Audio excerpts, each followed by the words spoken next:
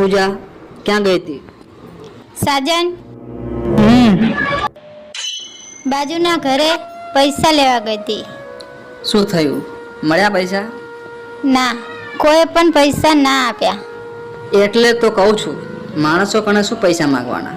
આમ આવ, હું તને કંઈક સમજાવું। એક રાજા હતો। રાજા રોજ મંદિરે જાય। રાજા જે મંદિરે જતો હતો એ મંદિરની બહાર બે ભિખારી બેઠા હતા। એક જમણી બાજુ બેસે અને એક ભિખારી ડાબી બાજુ બેસે। જેવા રાજા દર્શન કરીને બહાર આવે એટલે પેલા ભિખારી રાજાને જોઈને કહે, હે રાજાજી, તમારી પાસે તો ભગવાને ઘણું બધું આપ્યું છે, એમાંથી મને કંઈક આપતા જાઓ। આવું જમણી બાજુ બેઠેલો ભિખારી બોલ્યો અને જે ડાબી બાજુ બેઠેલો ભિખારી એને રાજાને જોઈને ભગવાન પાસે માંગ્યું, હે ભગવાન, આ રાજાને તો તે ઘણું બધું આપ્યું છે, તો મને તો કંઈક આપ। રાજા સાંભળીને મહેલ પાછો જતો રહ્યો।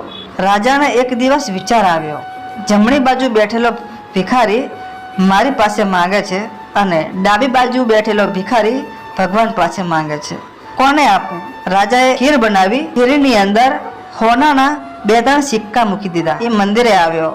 જેવો મંદિરે દર્શન કરીને રાજા બહાર આવે છે, જે જમણી બાજુ બેઠેલો ભિખારી હતો જે રાજા પાસે માંગતો હતો એને વાટકામાં જે સિક્કા હતા એ ભિખારીને આપી દીધો અને હરખમાં ખીર પીવા લાગ્યો। ખીર પીને એનું પેટ ભરાઈ ગયું એટલે બાકીની જે ખીર વધેલી હતી એ ડાબી બાજુ બેઠેલો ભિખારીને એને આપી દીધી। ડાબી બાજુ બેઠેલા ભિખારીને કહે કે રાજા પાસે મંગાય, જો રાજાએ મને આપ્યું ને અને તું તો ભગવાન પાસે માંગે છે, ભગવાન કઈ ના આપે, લે આ ખીર, પિતા પિતા વધી છે એટલે તને આપું છું। ડાબી બાજુ બેઠેલો ભિખારી ખીર પીને અંદર જોયું તો અંદર સોનાના 3 સિક્કા નીકળ્યા।